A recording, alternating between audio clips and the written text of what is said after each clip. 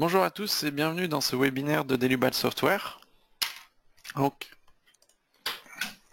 aujourd'hui, nous allons traiter tout ce qui est échange de données entre le logiciel Airfm et le logiciel Tecla Structure. Donc, je me présente Damien Tonnet, je suis votre présentateur pour ce webinaire. Et tout au long du webinaire, il y aura également M. Cosme Asseya qui sera présent en tant que modérateur et qui pourra répondre à vos questions. Donc, pour les questions, vous pouvez passer par l'interface dédiée, donc le chat de GoToWebinar pour pouvoir poser vos questions et on va pouvoir y répondre. Donc ce webinaire. Pour ce webinaire, on va voir dans un premier temps les différents formats d'import et d'export qui existent dans Airfm et Airstab. Puis ensuite, on passera sur les échanges bidirectionnels entre le logiciel Airfm et Tecla Structure.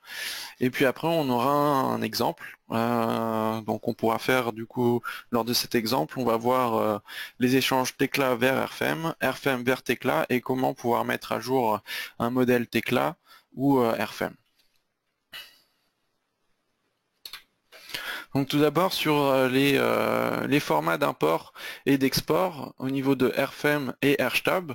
Donc pour les imports, on va avoir différents formats d'échange. Donc là d'import qui seront des formats compatibles avec différents logiciels de CAO. Donc là on va retrouver par exemple du format STEP, DXF. On aura également du format IFC. À savoir que sur l'IFC, on est certifié sur l'import des fichiers IFC. Et après, on aura d'autres formats. Donc là, on voit DGN, du format .dat. D'autres formats plus spécifiques sur certains éditeurs de logiciels nécessitent un module qui s'appelle donc RF-Link, notamment pour certains formats STEP, IGS ou SAT. Et également sur tout ce qui est import de données, on va aussi pouvoir utiliser les formats Excel.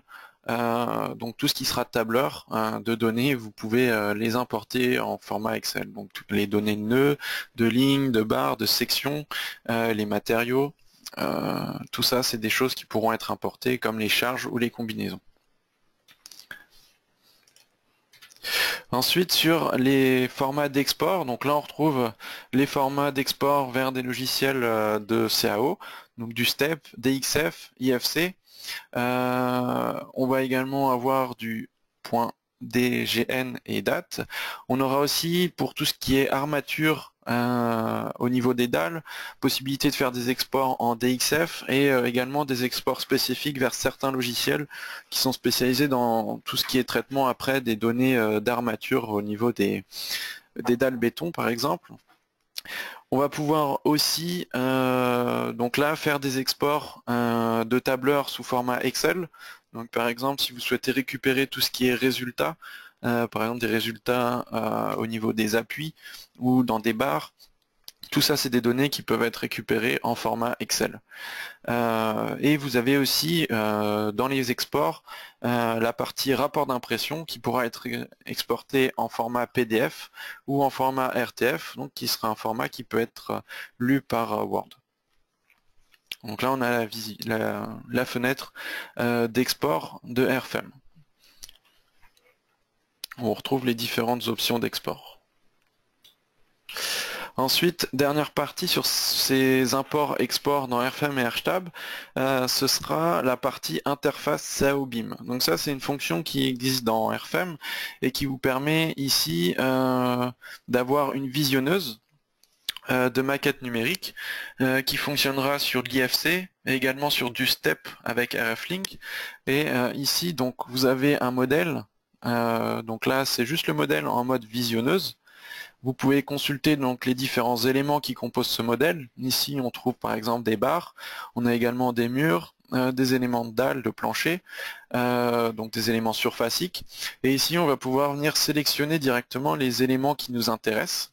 Par exemple, moi, je m'intéresse ici peut-être à la charpente uniquement, donc je vais pouvoir sélectionner uniquement les barres de la charpente pour les générer. Donc cette interface CAO-BIM permet de choisir ce qu'on souhaite importer d'un fichier IFC et de faire le tri des données. et ensuite du coup de générer des barres, des surfaces ou bien des solides à partir des éléments sélectionnés. Sur la partie échange bidirectionnel entre RFEM et Tekla, on va retrouver donc des échanges qui seront directs via les API des deux logiciels. Donc c'est ce qu'on a ici. Ici on a au-dessus, ici on a une vue du modèle Tekla et ici une vue du modèle RFEM. Donc là c'est les deux logiciels qui vont directement transférer les données. On n'a pas à créer un fichier dans Tekla pour ensuite le rappeler dans RFEM. C'est directement les API qui vont communiquer entre elles. Donc dans ces transferts, on va transférer les modèles analytiques de Tekla, donc qui permettent d'avoir plus d'informations sur les éléments. Et ce sera les modèles analytiques qu'on va utiliser au niveau de Tekla. Ça va permettre donc de récupérer des éléments filaires pour les barres, également des éléments surfaciques, comme pour les plaques, les voiles, les coques. On va récupérer les informations sur les matériaux, les sections. On peut aussi récupérer les informations sur les appuis, les articulations de barres.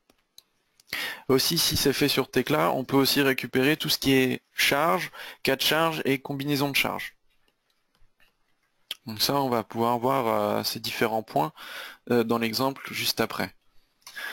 Donc là, juste pour vous présenter l'import de Tekla Structure, quand vous êtes dans RFEM, vous demandez un import du modèle Tekla.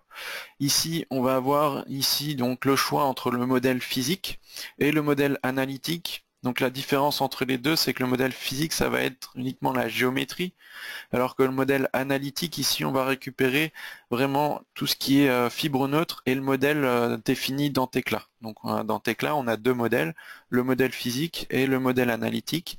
Donc là, nous, on travaille sur le modèle analytique qui permet effectivement de récupérer tout ce qui est information au niveau des connexions, des liaisons et au niveau des appuis. Et ici, là, sur la petite capture qu'on a ici, on peut voir ici donc le modèle analytique modélisé ici par les axes en rouge. Et ici, on a un exemple sur la définition d'articulation en extrémité d'une barre. Donc c'est vraiment le modèle analytique ici qui va nous intéresser pour gagner vraiment du temps ensuite sur la partie modélisation et calcul dans RFEM. Ensuite, pour la partie export, donc vers Tekla Structure, ou pour faire une mise à jour du modèle Tekla, on va avoir cette fenêtre-là d'export, où on va pouvoir choisir soit de remplacer le modèle existant dans Tekla, soit de venir joindre le modèle RFEM au modèle existant de Tekla, ou soit uniquement de faire une mise à jour du modèle existant de Tekla. Et du coup, dans la mise à jour, on va pouvoir aussi venir, par exemple, sélectionner si les objets qu'on a supprimés, par exemple, dans RFEM, s'ils sont aussi à supprimer dans Tekla. Donc là, on va avoir différentes options de mise à jour du modèle Tekla. Et on a également des réglages possibles ici sur, par exemple, les ensembles de barres. Dans RFEM, quand vous définissez des ensembles de barres, ici, par exemple, on va avoir 3 barres. On peut définir un ensemble de barres. Et ici, on a une option qui permet de faire que l'ensemble de barres, quand vous le récupérez dans Tekla, ce sera une seule barre. Donc là, pour les poteaux, on a 3 poteaux, et dans Tekla, on pourra récupérer un seul poteau filant. Donc voilà sur cette partie-là. Maintenant, on va passer directement sur l'exemple. Donc là, je vais passer déjà sur Tekla pour vous montrer un peu le modèle analytique et vous présenter un peu le modèle à quoi il ressemble.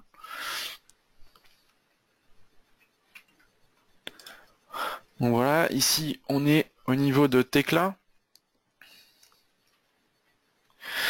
Donc ici on va retrouver, on peut retrouver les informations sur les matériaux et sur les sections qui composent le modèle au niveau des barres. Donc là on va retrouver, ici on a des HEB de 240. Si je prends celui-ci, on a un HEA de 800. Donc tout ça c'est juste pour vous montrer qu'après on va récupérer ces mêmes propriétés là au niveau de RFEM. Ici on a un tube et ici on a un HEB de 200. Donc après dans RFEM on va pouvoir uniformiser ça, peut-être transformer ça avec la même section ici en tube. Donc ça c'est juste pour la partie modèle. Et ensuite dans Tekla on peut définir un modèle analytique, donc ça va être dans la partie calcul, le modèle de calcul. Ici on peut créer un modèle analytique, moi je l'ai appelé structure. Et là mon modèle derrière change. Ici je vais pouvoir voir à quoi ressemble le modèle analytique. Donc derrière ici on retrouve les fibres neutres qui ont été repositionnées comme moi je le souhaite pour après pouvoir les exploiter dans RFEM. Donc derrière Tekla génère ce modèle analytique. Et ici on peut définir, donc là on peut voir à l'extrémité ici la présence d'articulation. Donc là derrière sur le modèle Tekla, dans le modèle analytique, on peut afficher, donc là par exemple, je peux regarder les types d'articulation au niveau des barres. Je peux, si je le souhaite, modifier et voir comment sont définies les articulations en début et en fin de barre. Donc ça c'est pour les articulations. Et même chose au niveau des appuis. Donc là ici au niveau d'un appui, je peux ici définir comment est défini l'appui. Donc là par exemple on est fixe au niveau des translations et puis là on a juste les rotations autour de X et Y qui sont libres. Donc là après on peut vous pouvez définir ce que vous souhaitez. On a déjà des définitions prédéfinies de type d'appui et après vous pouvez également les définir vous-même. Donc là c'est pour un appui articulé et si je prends celui-ci par exemple, on est sur un appui encastré ici. Donc là c'est pour la partie Tekla. Donc nous ce qu'on va récupérer dans RFEM, ça va être ce modèle analytique auquel sont liées toutes les informations au niveau des barres. Ok. Donc là je peux par exemple maintenant passer au niveau de RFEM. Hop. Ok. Donc, le premier modèle RFEM. Hop. On va juste se mettre comme ça pour pouvoir voir du coup le transfert.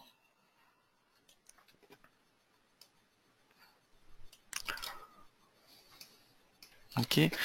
Donc ici on est sur RFEM avec ici l'interface graphique. Dans la barre d'outils ici on trouve le raccourci pour l'import direct de Tekla structure.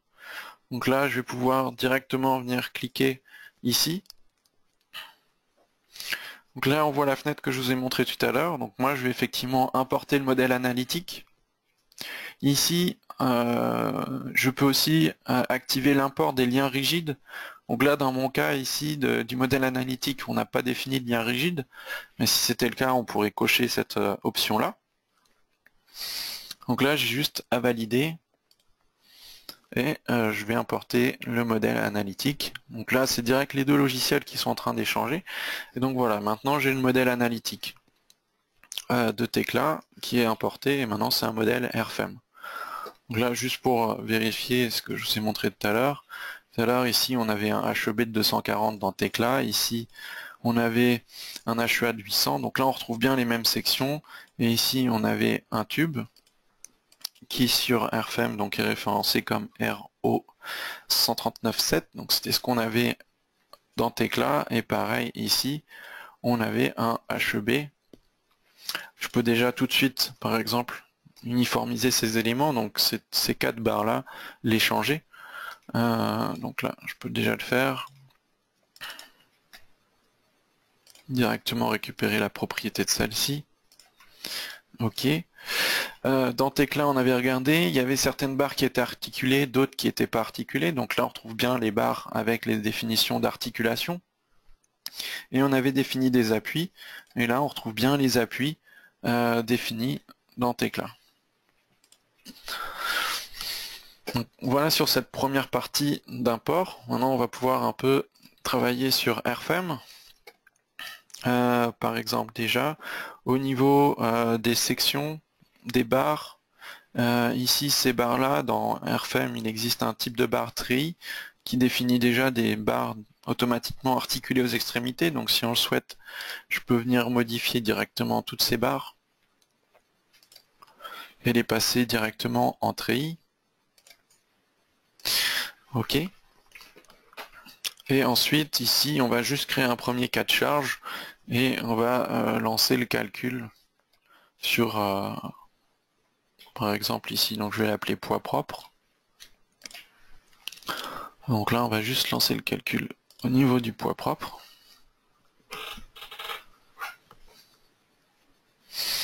Voilà, donc là je peux déjà, juste par rapport à suite à l'import du modèle, on peut déjà calculer, lancer des calculs au niveau du modèle. Donc là on va juste apporter quelques modifications pour réduire ici la déformée.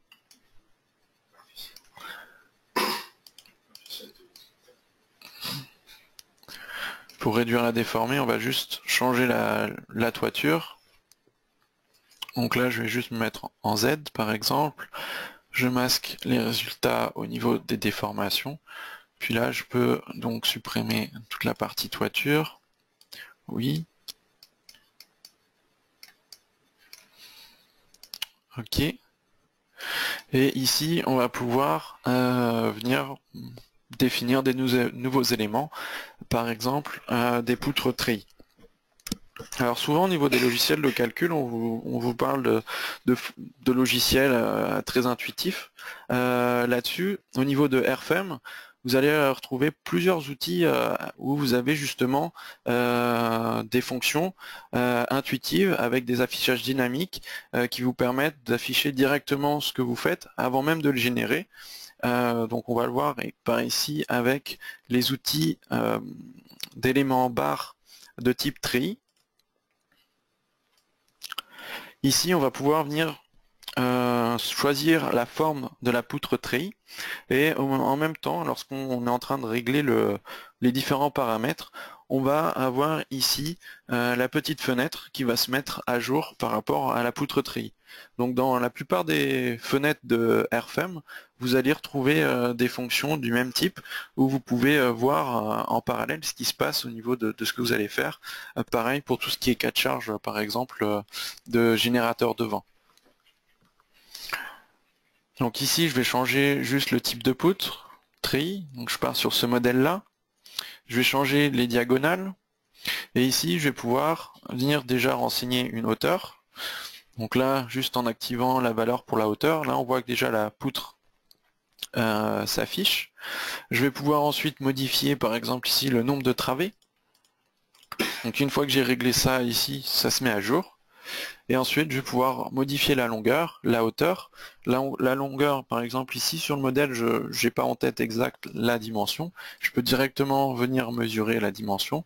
Donc, elle est de 30 mètres. Et ensuite, maintenant que ces paramètres de dimension sont renseignés, je vais pouvoir venir définir les sections de la poutre treillis, qui composent la poutre treillis. Donc, pour la membrure supérieure, la membrure inférieure, les diagonales et les montants. Donc ici pour la membrure supérieure, on vient définir une nouvelle section. Donc ici, je vais par exemple aller chercher un HEB de 240. Ok. Ensuite, pour la membrure inférieure, je crée également une nouvelle section. Ici, je vais prendre une section en tube rectangulaire. Donc par exemple 200 par 50. Et ici, moi, cette section-là, elle va pas être dans cette position-là. Moi, je vais l'incliner, la tourner de 90 degrés, donc je peux directement le faire ici. Au passage, je vois la section qui se met à jour par rapport à son angle, à son orientation. Et ensuite, sur les diagonales, donc là, je vais créer une dernière section. Donc là, les diagonales, ça va être des tubes carrés. Donc là, je pars sur des 80 par 80 en 8 d'épaisseur. OK. Et là, également, donc là, j'ai juste à venir chercher la section 80 par 80. Ok. Ici, on retrouve le type de barre, donc les types poutres et les types treillis. Donc si je souhaite, je peux aussi venir modifier ces définitions-là.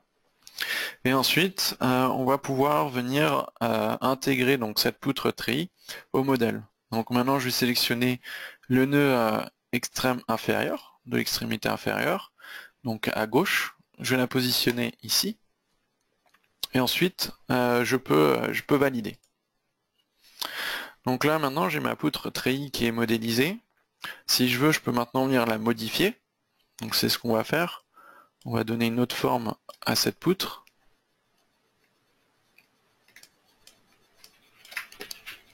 Si je veux, là je suis en affichage filaire, je peux l'afficher avec les sections apparentes. Donc ces barres-là, je viens les supprimer.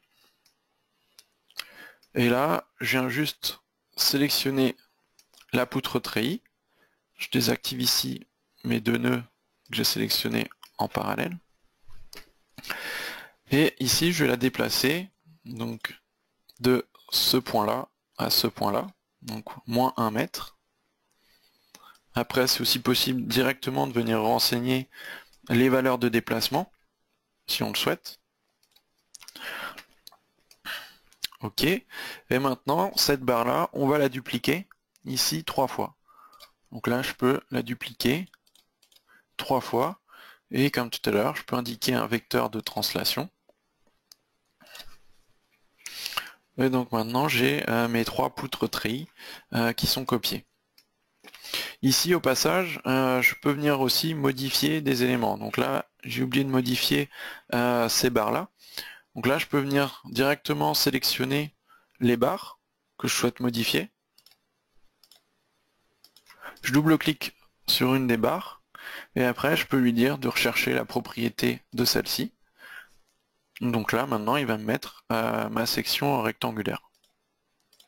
Voilà, et maintenant, si je regarde, donc le modèle est bien modifié. La barre est bien modifiée. Voilà. Maintenant, ce qui reste juste à ajouter, ce sera les éléments ici perpendiculaires au treillis. Donc ici, je peux revenir sélectionner ces éléments-là et les copier. Donc là, il suffit juste de les sélectionner et ensuite de maintenir la touche CTRL pour les déplacer. Donc là, je les positionne là où je souhaite, donc au nœud où je souhaite les positionner. Hop. Donc voilà. Après, on peut aussi directement venir les tracer en créant des nouvelles barres. Donc là, maintenant qu'on a fait ça, on peut également venir rajouter par exemple des éléments de contreventement au niveau de la structure. Donc là, également, sur les contreventements, on va avoir des outils de génération de contreventement. Donc, je vais dans Outils, générer le modèle de barre, contreventement dans les cellules. Donc là, je peux choisir le type de barre. Donc là, ça va être des éléments qui vont fonctionner en traction uniquement. Je vais créer une nouvelle section. Donc là, je viens choisir la section que je souhaite. Donc là, par exemple, je vais chercher un RD50. OK. Et ensuite, derrière, je ne sais pas si vous l'avez vu, mais je vais vous le montrer. Ici, on voit qu'il y a des zones avec des croix. Donc ça, c'est les zones qui sont détectées automatiquement pour pouvoir ensuite être sélectionnées et générer ici les croix de contreventement au niveau du modèle. Donc moi, je vais juste ici, pour la partie inférieure, comme on n'a pas de ligne ou de barre de tracé, je vais juste tracer des lignes supplémentaires, juste utilisées pour la génération du contreventement. Juste qui vont me permettre ici maintenant de fermer et d'avoir des nouvelles cellules à sélectionner. Donc maintenant que j'ai fait ça, j'ai juste ici maintenant à sélectionner les cellules où je souhaite générer du contreventement.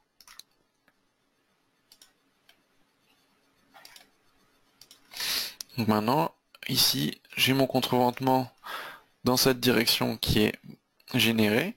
Et maintenant, je vais faire la même chose, mais par exemple, ici, au niveau des pignons, venir positionner des contreventements dans cette zone-là. Donc là, j'ai juste à retourner dans Outils, ou bien je peux juste faire Entrer, ça rappelle la dernière fonction. Donc là, je rappelle la dernière fonction qui était la génération de contreventement dans les cellules. Je viens définir une nouvelle section, par exemple RD30. Ici, comme tout à l'heure, je viens juste définir des lignes supplémentaires ici pour pouvoir fermer les cellules du bas. Hop. OK. Et là, je peux venir sélectionner les cellules pour générer mon contreventement.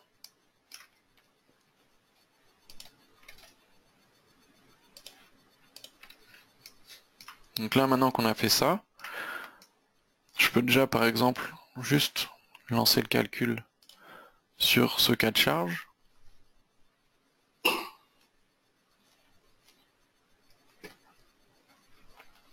Regardez la déformation. Là, par rapport à tout à l'heure, on a une déformation plus réduite.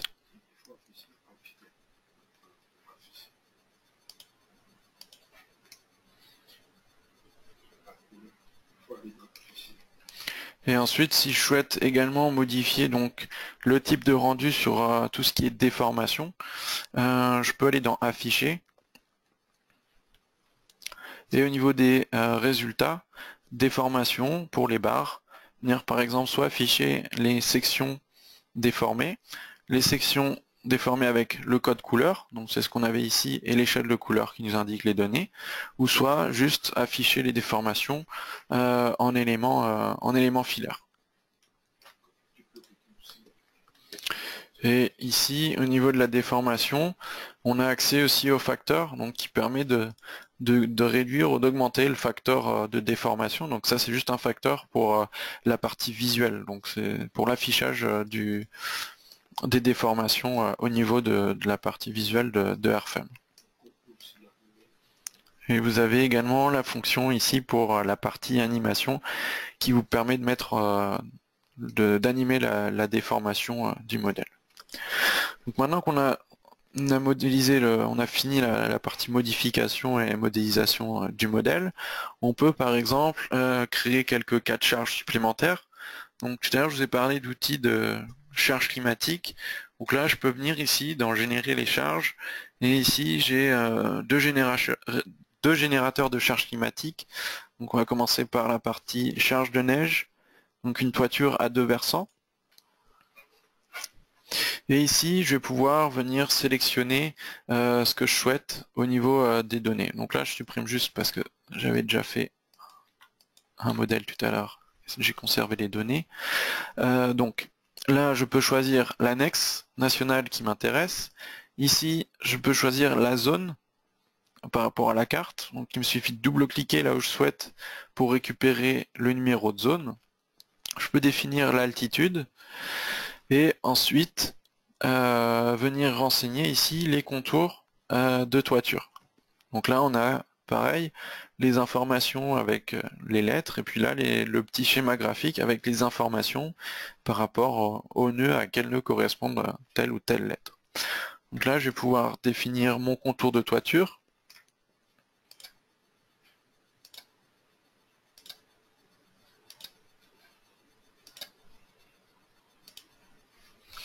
Ok. Ici, j'ai pas encore créé de cas de charge de neige. Donc si je ne l'ai pas fait avant, je peux le faire maintenant. Je crée un nouveau cas de charge. Alors un cas de charge de neige. Ok. Ici, si je souhaite également créer d'autres cas de charge de neige, ce sera possible. Donc on a les différentes possibilités de neige. Si je regarde derrière, donc ici je vois la zone définie de la toiture qui apparaît avec une enveloppe verte ici. Et je vois que les barres qui sont contenues dans l'enveloppe qui apparaissent en surbrillance rouge. Donc là, après, je peux venir sélectionner pour désactiver certaines barres du modèle. Donc là, par exemple, ici, je vais venir désactiver toutes les barres. Mince. Je vais venir désactiver toutes les barres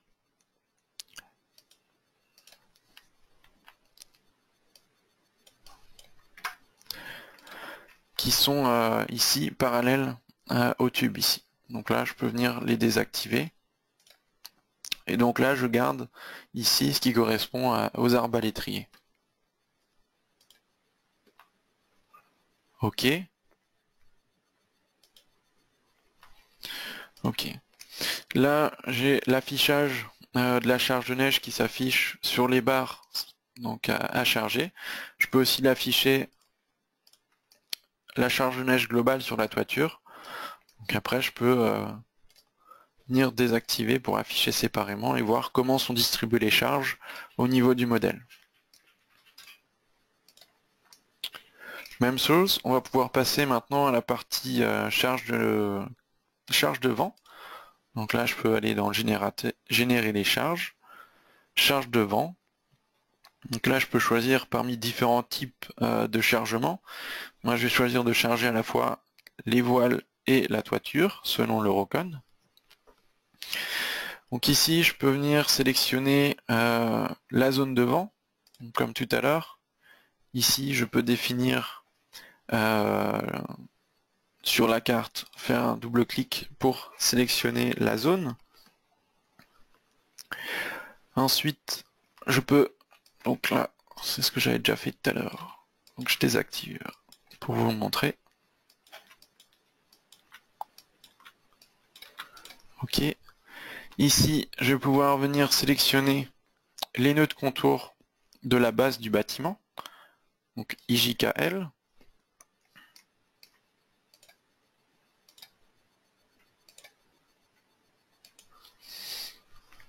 Et ensuite, venir définir les nœuds de contour de toiture. Donc après, bien suivre la définition selon les nœuds ici. Donc bien définir le IJKL et ensuite le A au-dessus du I et le B au-dessus du J qui correspond ici au long pan.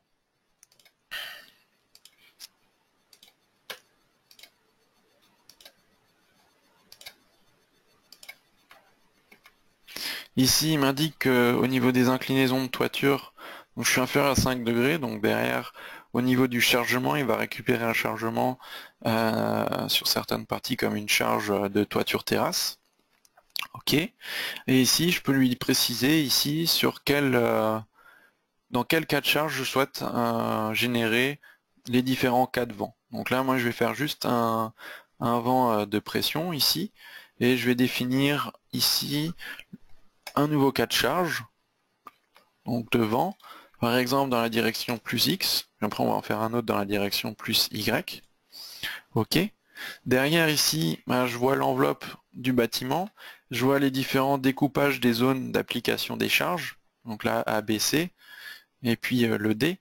Donc là, effectivement, ici, si je regarde la direction du vent qui s'applique perpendiculairement à AB, ici, ça correspond bien à mon plus X, donc je vais le laisser comme ceci.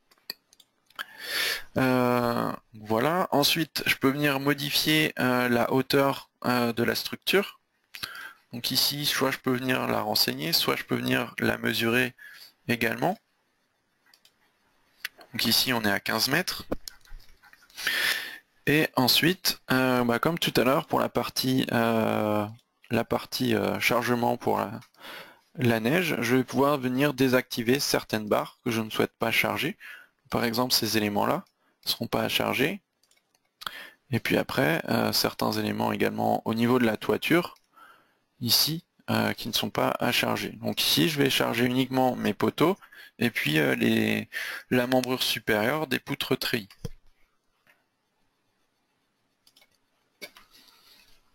Ok. Ok. Donc j'avais juste avant là une petite fenêtre avec un récapitulatif pour le chargement au niveau du vent. Ici, je vois de façon globale comment sont appliquées les charges de vent sur les différentes parties de la structure, donc les parois et la toiture. Je peux les afficher séparément. Donc là maintenant je vais pouvoir contrôler où sont appliquées les charges, donc ce qui permet aussi de contrôler si les barres qui sont chargées sont bien les bonnes barres. Donc là effectivement je suis bien uniquement les poteaux et les membrures supérieures des poutres treillis qui sont chargées.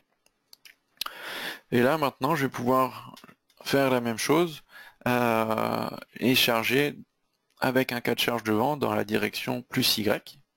Donc je vais juste dans outils, générer les charges de vent, voiles verticaux avec toiture. Il conserve ici le réglage que j'ai déjà fait pour le premier cas. Moi je vais juste venir créer un nouveau cas de charge, donc un CC4, qui sera lui un cas de charge dans la direction avant plus Y. Ok, et je vais juste modifier la direction du vent, ici, donc ce qui va correspondre. Donc je veux un vent en plus Y, donc plus Y, ça va être dans cette direction-là, donc qui s'applique sur ce pignon-là. Donc là, je vais juste mettre perpendiculaire à FE, donc la phase D sur laquelle s'applique directement la charge de vent, ce sera ici. Donc là, c'est bon. Et ensuite, je peux juste demander à valider pour générer. Ok. Là, le petit récapitulatif qu'on retrouvera par la suite dans le rapport d'impression. Et ici, donc là, j'ai le chargement sur les barres, donc avec un affichage du chargement, de la charge de vent séparée. Et puis là, je peux l'afficher de façon globale pour voir comment sont appliquées les charges de vent. Ok.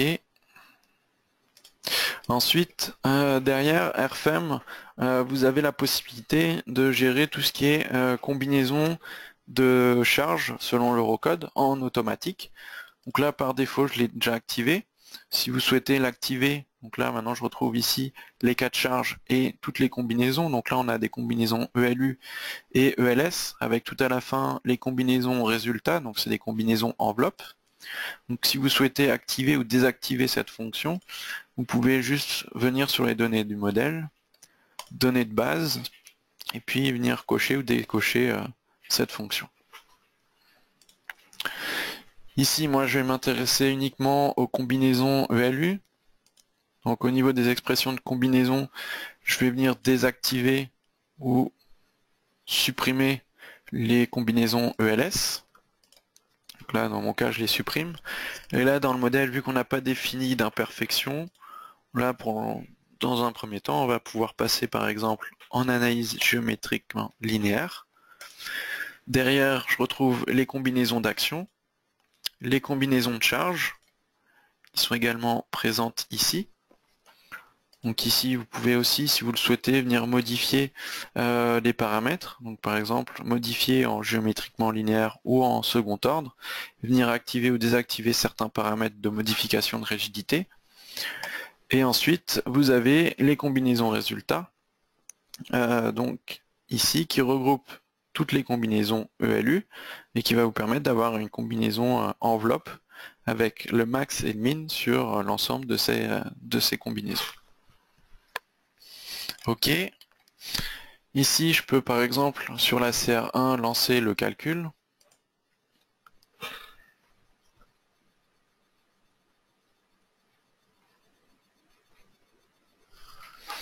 Et ici, par exemple, afficher les résultats. Donc là, ici, je l'ai déformé. Je peux afficher les valeurs max, les valeurs min, ou bien les valeurs enveloppe, donc max et min. Pareil, après, ici, avec les résultats, ici, on peut gérer et venir aussi afficher, par exemple, uniquement des efforts, les efforts qu'on souhaite, les efforts normaux, ou bien les efforts tranchants.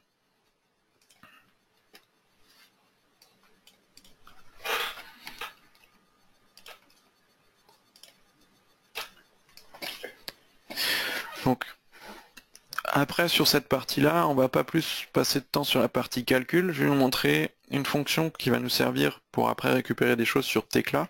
Ce sera la partie, par exemple, assemblage. Donc là, je vais faire, par exemple, les pieds de poteau articulés. Donc ici, je peux venir dans les modules additionnels qui sont présents soit dans le navigateur de projet, soit ici dans module additionnel, assemblage. Ici, je vais aller chercher RF Joints, dans lequel je vais définir des pieds de poteau articulés.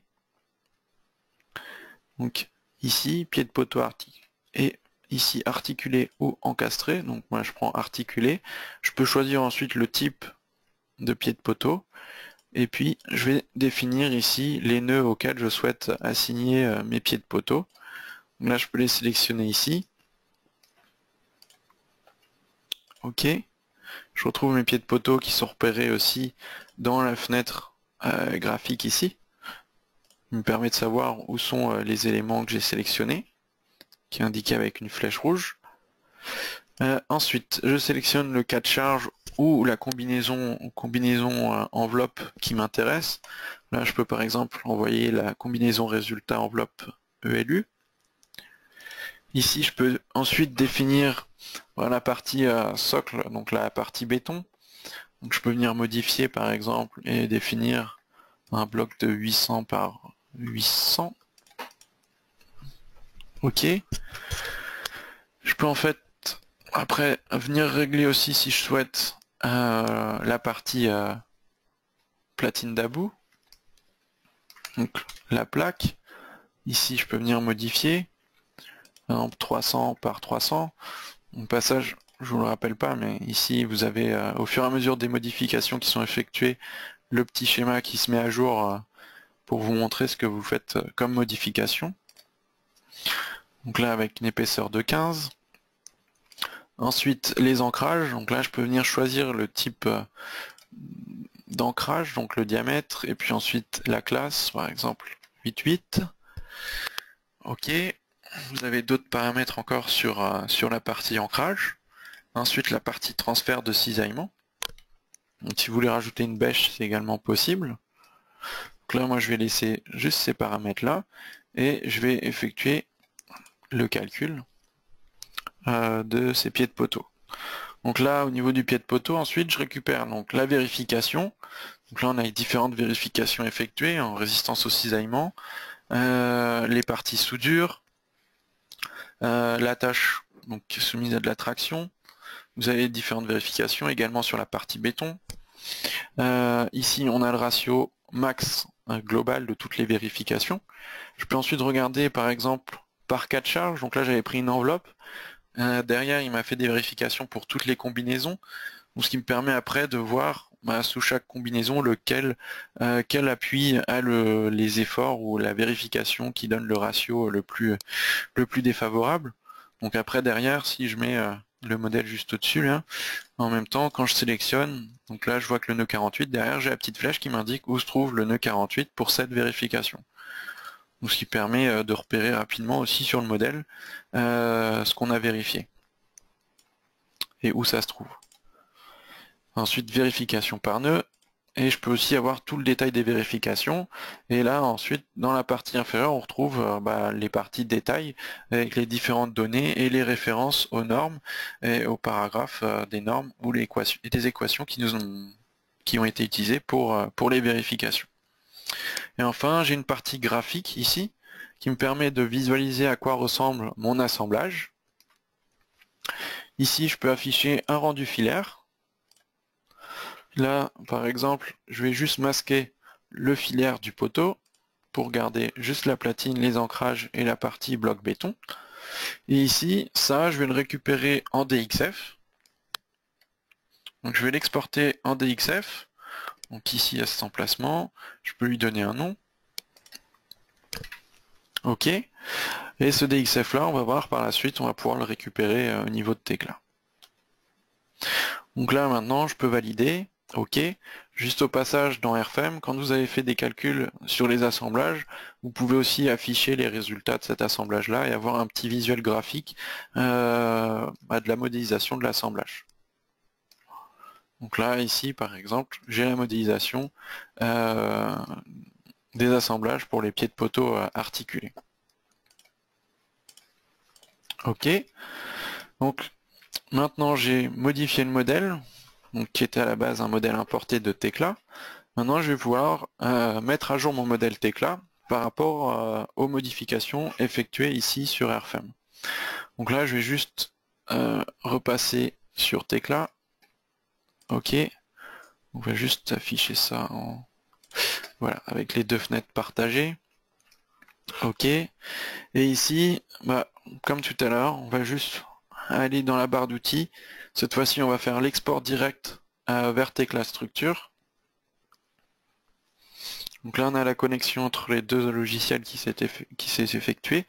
Et là je peux choisir qu'est-ce que je souhaite faire au niveau de l'export. Soit remplacer le modèle existant, si c'est pas le cas. Moi je vais juste lui demander de mettre à jour le modèle existant. Donc il va juste me changer ce que j'ai effectué comme modification ici dans RFM. L'autre fonction c'est celle-ci, l'option de créer pour les ensembles de barres une seule barre au niveau de Tekla.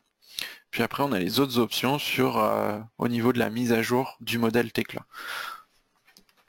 Donc là effectivement on a supprimé des barres. Donc ces barres-là, on va les enlever du modèle existant dans Tekla et on va mettre à jour les différentes données. Ok, donc là je peux valider et là je vais avoir le modèle Tekla qui va se mettre à jour. Donc là les transferts se font. Je peux venir ouvrir Tekla en grand maintenant.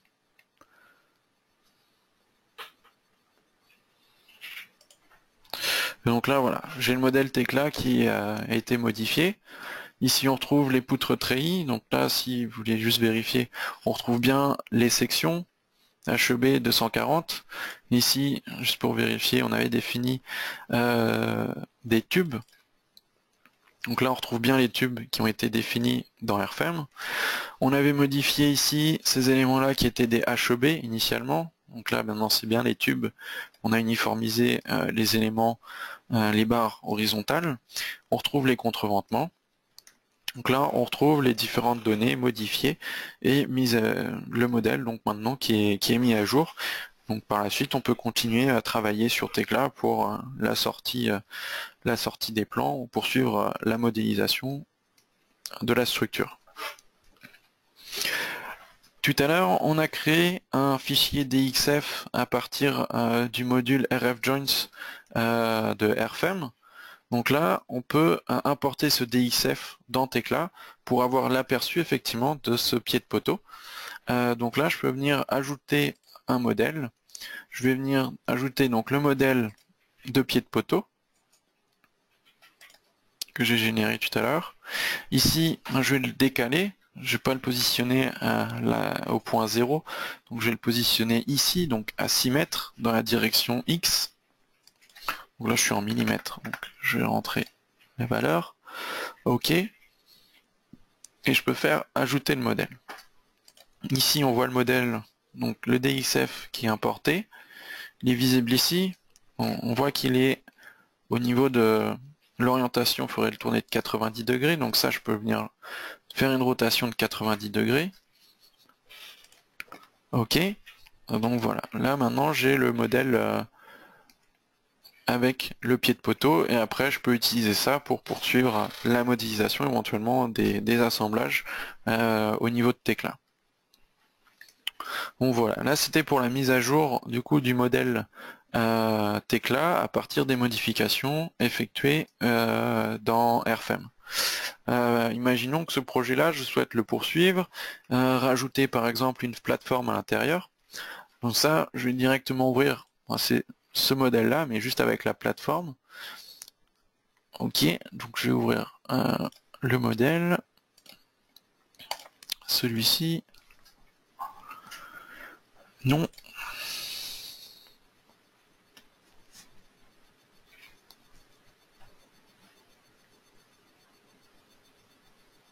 Ok. Donc ici c'est le même modèle, j'ai juste ici une plateforme en plus. Donc ici j'ai défini un nouveau modèle analytique pour la plateforme. Donc si je vais dans les modèles de calcul, je retrouve les deux modèles analytiques. Le premier, structure qu'on a utilisé pour l'import de la charpente qu'on a ensuite modifié au niveau de RFM.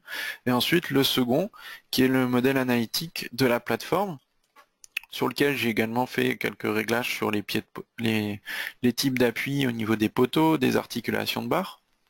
Et ensuite, je vais pouvoir récupérer, faire l'export uniquement du modèle analytique de la plateforme. Donc là, je peux fermer. Je retourne maintenant au niveau de RFM. Donc on va juste, hop, comme ceci. Ici, j'ai créé un nouveau modèle qui s'appelle RFM Tekla Plateforme. Dans celui-ci, je vais pouvoir importer donc le modèle analytique de la plateforme. Donc là, je vais faire importer. modèle analytique.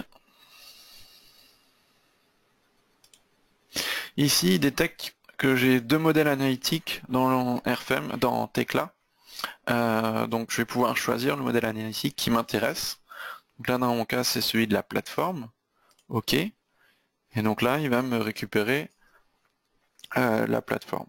Donc, OK.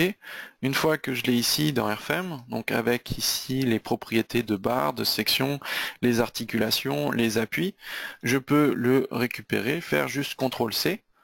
Donc je les sélectionne et je fais CTRL-C.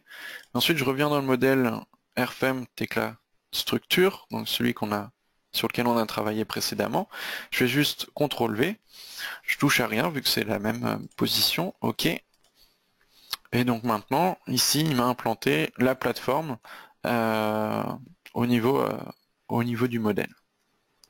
Et là, juste si on veut vérifier, la plateforme est bien connectée aux éléments et on peut par exemple lancer juste le calcul sur le poids propre, ici.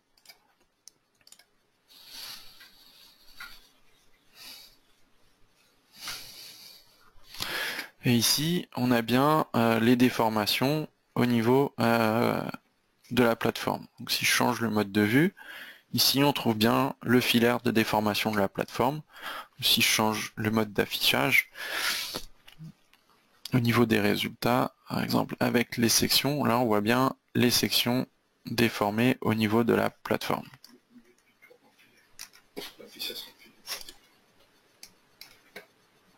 Donc voilà.